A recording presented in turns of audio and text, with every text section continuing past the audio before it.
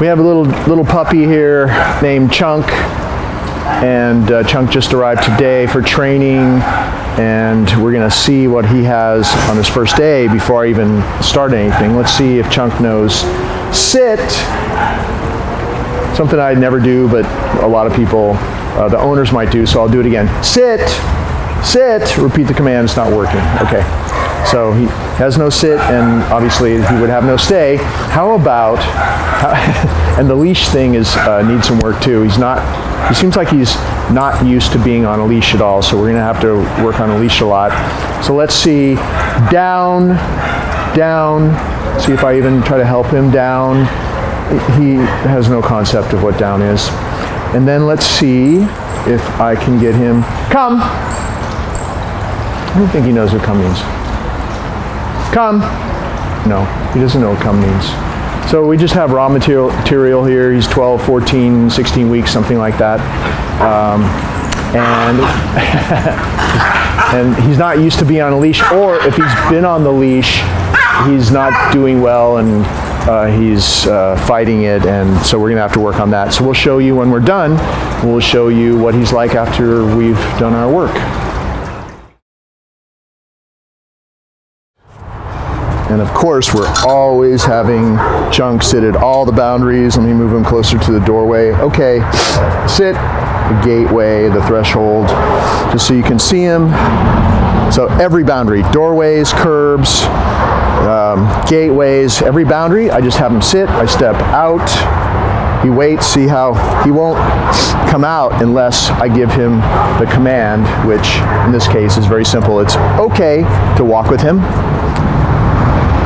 And I do a little left circle here, of course, to close the gate since I'm by myself. Now we're gonna just walk right over here. You can just follow me, but you can wait till I pass by you though. And I'm gonna do the curb right here,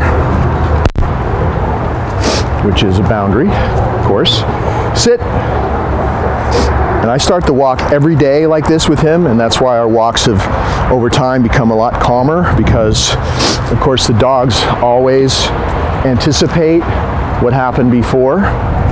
And so his only memory of the walks for a number of weeks back, okay, are just that they started calmly.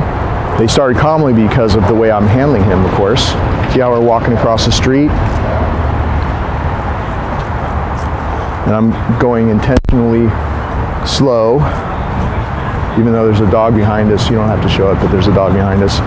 We're coming over here, and we're gonna start the walk here, but first, sit,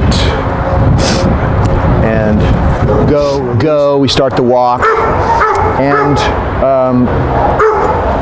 once he's free, we used to have this huge problem with him grabbing the leash. I know it's something you mentioned to me as well. Once he was free, all he would do is just grab the leash incessantly and very addictively. Come. Good. The way that I gradually made it go away was I did not correct it. You never want to correct that sort of thing, because he grabs a leash, you take it away from him, maybe you're like this, maybe you're correcting him, making him stop. That would just make it worse with him. What I did was, there were two things I did a lot of. Whenever he would grab the leash, come, I'd call him back to come to me. He'd automatically drop the leash, come to the hand with the reward. I'd take the leash like this, and I would hold on to it here, and without the extra slack. There wasn't a bunch of extra slack for him to grab, so he stopped doing it. And that wouldn't work on every dog, but every dog I get, like a lot of the dogs have the same issue, but I have to experiment with different ways to make it not happen anymore. Sorry, there's a dog barking across the street behind us. And in this case, it worked really well. And I just walked him that way for several weeks, and now I can pretty much drop the leash, and we don't have that instantaneous grabbing of the leash and pulling and all that stuff we used to have. But I would recommend that you still do that for a while, because once he's not here with me anymore, he developed that issue with the people that were walking him before me. And if whoever was walking him before goes back to the old way, he could be easily triggered to do that with them again, and then it would just go back to the way it was with you. He would come here, and he wouldn't do it here. So the only way for it to never come back at your place is to just do it the way I've been doing it for a while. So you saw how we started the walk, the boundaries, the front door, which we didn't do, but you do the same thing at the front door that we did at the gate, the gateway, the curb, the calm walking, not allowing him to pull us across the street, you know, in a crazy way, just walking like this. On the other side, sit, and then releasing, go, and then just walk him like this for a while. Keep the leash loose, and remember, you're always tapping and releasing, tapping and releasing. Of course, when you back away, he's drawn to you, so if he's ever pulling you, you can just use your body to do those left turns, and it draws him right back next to you like this. Or if he's in front of you, you can tap and release, and that will also slow him down. So this is all about leash walking etiquette 101. That's what I would call it. You never have a tight leash. A tight leash is going to create stress in the dog, and for him, he could get really stressed out. And so just always handle the leash the way you see me doing in the video, and keep that leash short for a while so that he never goes back to grabbing it and pulling on it and, you know, making it a game like he did before. So we never want to see that again. The dog changes because the people handling the dog handle them differently. It's the only way the dog changes. But if you handle him the way you used to handle him, then he'll start doing, that will trigger behaviors that he used to do with you. If you do things differently, if you do things the way I'm doing them, then you'll have a much better chance of all of this staying, and you're going to get what you see on the video. Come on, bud. Let's go.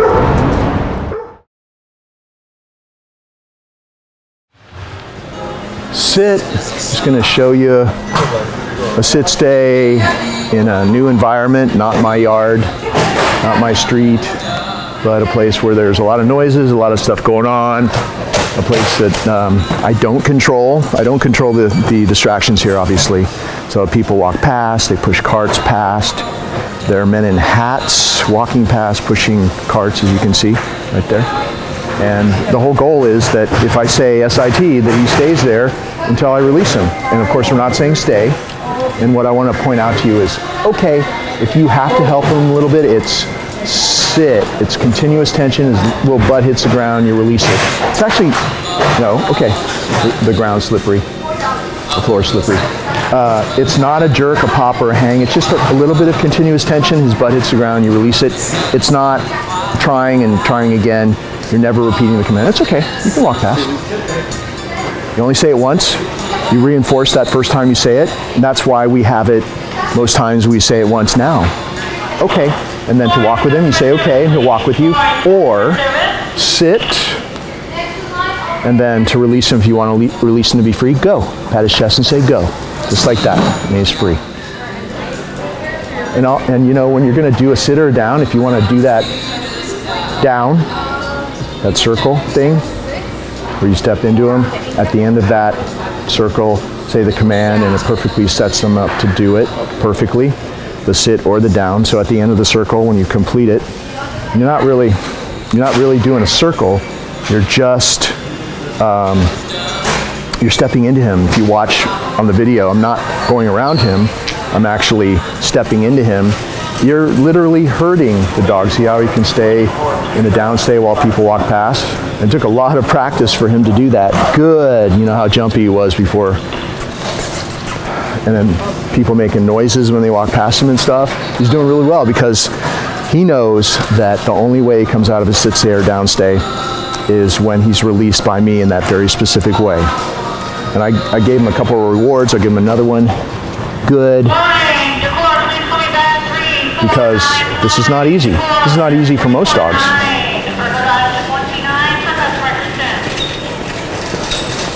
Okay, see, that's how he leads. Sit, always have him sit. From a down stay, we do it a little bit differently to ensure the calm release. So it's not like, okay, and he pops up out of the down and he's free. I say, okay, he stands up, I have him sit, and then we get to release him from a calm sit stay. It's much easier, as long as he's not sliding like he is now, it's much easier to reinforce a calm release from a sit stay. See how this leash is loose, I'm not restraining him. Go. And you get to release him calmly.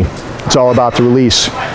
He gets calmer over time because the whole project from start to finish, it's okay, is handled calmly by you. Calm release, really important, because you don't want to be okay and release him like that, because you'll destroy this fragile calmness that we're trying to develop in him. The goal is that every time we release him from a down stay or a sit stay, it's a little bit calmer. And it's a real fragile thing, especially in the first few weeks. So you want to always handle him calmly, slow everything down. He's only going to be as focused and as calm as the person handling him, practicing with him. So just remember that rule, because that definitely applies to dog training. Okay, let's go, bud. Here we go. Okay, sit. You're going to walk him up in front of the crate, have him sit. This door is always closed. It's closed when he's in, and it's closed when he's out. Because you control the boundary. You're never restraining him. See how the leash is loose? Go, send him in. Loves his crate because everybody here gives him a treat when he goes in. Before we close the door, we're going to give him a treat. It's just could be just a little token, something that tastes good, just a tiny piece. It doesn't have to be a large amount at all. But first, let's say that we're putting him to bed at night. We're going to take off his little training collar and safety chain here, and then close him in like that. This little training collar. Well, first of all, this choke chain we never use for training, but it's used for safety. It's attached to the leash as well as being attached to the leash attached to the training collar, so that the two are clipped on to the same clip like that. If the training collar ever comes off, because it's a flimsy little tiny prong collar, and sometimes they just come off, on the street, this is always hanging loose, but then it takes over and you don't lose him on the street. So always use this safety. Never use this by itself, because this could really damage his throat. Although this looks scarier, this is very safe because it's fitted to the size of his neck. The way you do that is you either add these little links or you take one out. With him, he's growing, you're gonna have to add one at a time. But it only closes so far. It can't choke him. And also you can see throughout the video how I'm using it. It's just gentle tapping and releasing.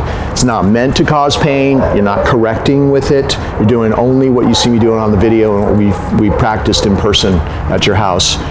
So when let's say you're gonna take him out and you're gonna take him for a walk on the street. Let's do this whole thing. If you're not taking him on a walk on the street, you don't need this. Let's say you're gonna take him for a walk on the street.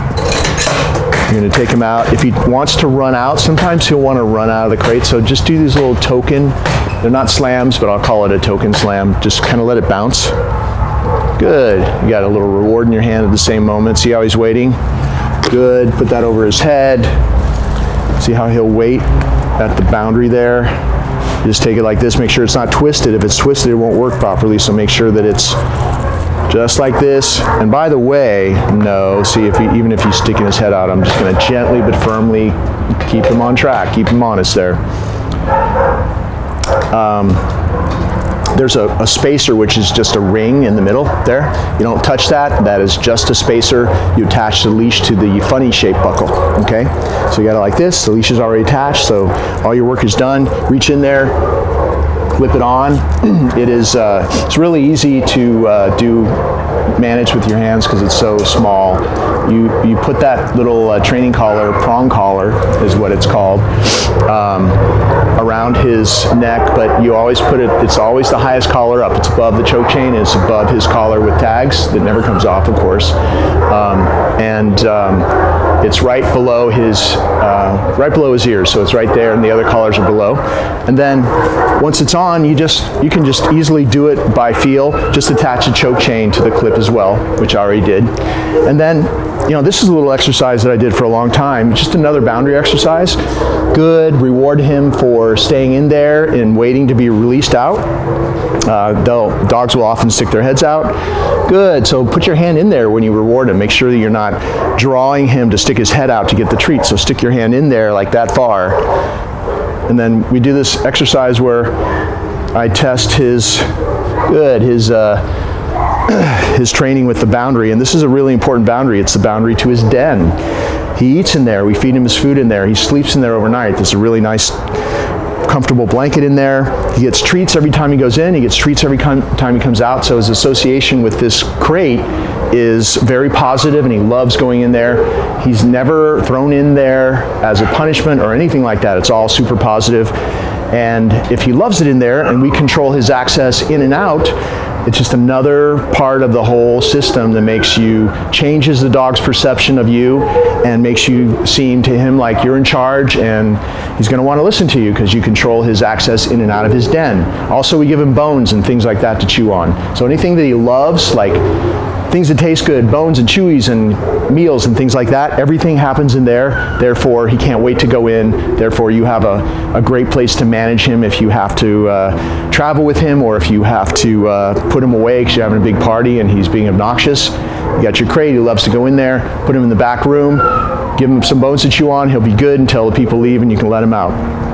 So that's why we use the crate. Also, he's way less likely to go to the bathroom in there. So when you're housebreaking him, which you might have to do a little bit because your house is bigger than ours, is the short rules are just very briefly.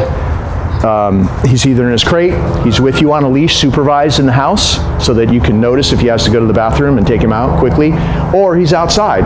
And so what I did for a while with him, I'm going to keep him primed with another treat, because he's sitting here at this boundary waiting for me to allow him to come out. So this is pretty good, what he's doing, or what he's not doing. He's not racing out. So he can't possibly make a mistake. He's way less likely to want to pee where he eats his food and where he sleeps. So he'll hold it extra long in there, but we've been letting him out every hour or so, or every hour and a half. So just keep with that schedule, and he'll get it pretty quickly to not pee inside, especially if he's never has an opportunity to do that. He comes straight from the crate outside, he's empty, then you bring him in the house, you can have him with you, but only on a leash, and then he either goes back outside again, or back in his crate, and then from his crate outside again. So it's this routine where he never has an opportunity to make a mistake. Therefore, that pattern of only going outside and never going to the bathroom in the house really gets in there, and in a few weeks he doesn't remember doing anything else. So that's a real abbreviated explanation of the housebreaking routine. So he's still waiting for me to release him out all this time. Okay, that's how he gets out of the crate. And you're always going to close this door. So you see how I kind of did that little left circle so I could close the door. If you leave this wide open and he can just go in and out, you're squandering your greatest power with the crate, which is to control the boundary. So from here, take him wherever you're going to take him, and that is the crate routine. Okay. Sit. I'm going to show you this little greeting routine that we're doing with him. Always walk him up to the new person or the person that he's crazy about, because really this is a way to teach him respect for anybody. Never have them approach, because it just falls apart. With any dog with this level of anticipation, that person comes towards him and he's just going to go nuts. So have them wait, give them a treat. You see how he stayed in the sit stay, walked over, gave Juan a treat, and then he waits till I come back. I'm going to allow him to go say hi. Everything good happens and he's telling me I'm going too slow. Everything good happens on a ground level. There's no reason for him to jump, and if he does jump, some people will follow your instructions. They're supposed to say no, and your hands go up. Don't correct him, because if you correct him and push him away, that's what he wants. He wants attention for that behavior, but you show him that behavior makes all the hands go away. So we're going to send him over. Go say hi. Down there, pet him.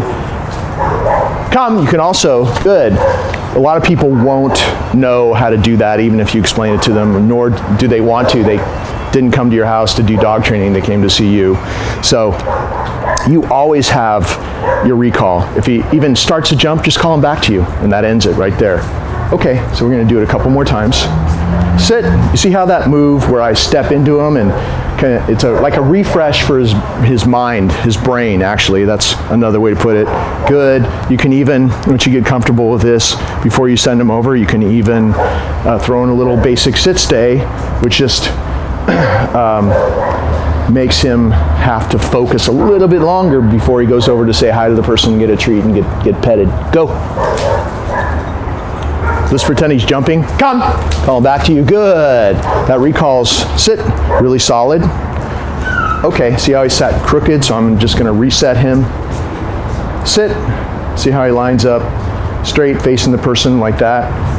The details are important, and you pay attention to all these little details that I'm showing you in the videos, and it really will make a big difference if you try to do things exactly the way I'm doing them. Just doing a little sit stay here. One last time. You're never restraining him. It's always loose. If he did pop up and want to go over before you allowed him to, you just tap, you say no, and he'll put himself back. Go.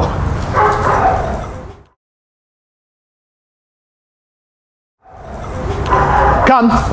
Good. You notice how we're calling him back to come to us? It's left hand leash, right hand reward. Come. Good. At the very moment that he touches my hand and it opens, he gets a treat. My left hand, which is free because the loop is over my wrist, grabs the leash and I have him. Okay? So it's a really, I'm going to send him over one more time to you. Practice that come again just to make sure that it's really clear. Go. Left hand leash, right hand reward. Come. See? Good. And say good the moment you give him the treat, because later on, when you say good and there's no treat, he'll probably think he got a piece anyway. So you're always following these little rules with the recall when you practice it. If you practice it the same way every time, it'll just become like second nature and you won't have to think about it. I'm also backing away. See how when you back away? Good. The dog is drawn to you. When you stand still, it's not half as good. And if you move towards a dog, most dogs will run away from you. So as in with all the other stuff, body language is super important. So when you call him to come to you, come, back away a little bit. Good. Because if you do that hundreds of times like we have here, over 1,000 I'm sure at this point with him, in an emergency with no leash, no reward, your back is to a wall or to a curb or something like that, you're going to call him to come and he's going to run to you because of the way you practiced. So you practice this way so you have it in any crisis situation, it works. Always call him to this closed target. If you call him to an open hand or something like that, he's going to see it's empty. He doesn't know it's empty in an emergency. And just make sure if it is empty, you're not going to practice with it empty. You can always have a treat in there when you practice, but when it is empty or in an emergency you have to call him with no treat, just love him up extra and say good and make sure that you do that, and he probably won't miss the treat in that instance. One more tip about that, I always practice calling him, come away from something. Good. And these short little recalls, they help you practice doing it really quickly. Go, come. That's it. Let's do it one more time. There's treats all over the place on the ground. Okay, one more time. Go, come. Good. So you can just put a leash on him in any room or small yard or any place you have, your driveway or wherever. You can practice for a couple minutes like that, and he'll have a much better recall every day that you do that kind of practicing. Just make sure you pay attention to the rules. Always call him when he's looking away from you or call him away from something. Always back away. Always have your target that you use that way, and his recall should keep getting better.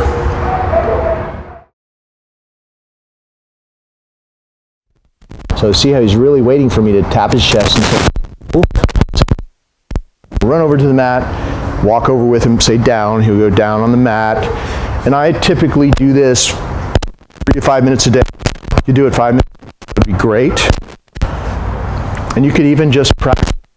You start practicing very gradually and just practicing this basic downstay where he isn't triggered to pop up when you walk around both ways behind him, because a lot of him, I usually do it with my right hand. Just take a little treat out of your pouch, come towards him and in like this, let go and withdraw. And even though he rushes in there to take it, he's still waiting for me to withdraw. And you have to make sure that he's like right on top of your hand and that he doesn't try to push your hand away, because half of this exercise is about him being non-reactive or way less reactive and being respectful of you and waiting till you deliver the reward and withdraw. Really, this exercise is about calming him down mentally. And you can just try different things like applying pressure to the leash, which of course when he first got here he'd jump up and come to me. Most dogs will. He knows now, because he's practiced this little exercise, for him it's a game enough, that he knows that if he loses focus and he pops, if I leave the room, if I make noises or something like that, that all I do is I'm going to keep resetting him until he gets it right. So he doesn't know that he's being taught how to reach a higher level of focus and have a better downstay. He doesn't realize that. He thinks it's a game. His goal in his mind is to stay there no matter what till I come back, because he's going to get. And then you slow the payment down. See the. Good. If you can wait for 3 to 5 seconds, that's even better. He's like really in the moment with you. He's really waiting. That's a higher level of focus than he used to have. It's also more respect than he used to have for people. And our goal ultimately is to release him out of this. Every day that we do this, he's just a little bit calmer. So we're really trying to change him at his core so that he can handle any distractions. And you see the benefits of doing this exercise and me doing all the things I did here. You see the benefits at the out in public. People walk past, people are coming from all directions. He stays in a downstay. He can only do that out there because of the practice we did on the mat. You're going to pick up the leash. You're going to step next to him, hold the leash like you're going to walk him, just like that. Say, okay. The mat, have him sit. Then with your right hand, just say, go.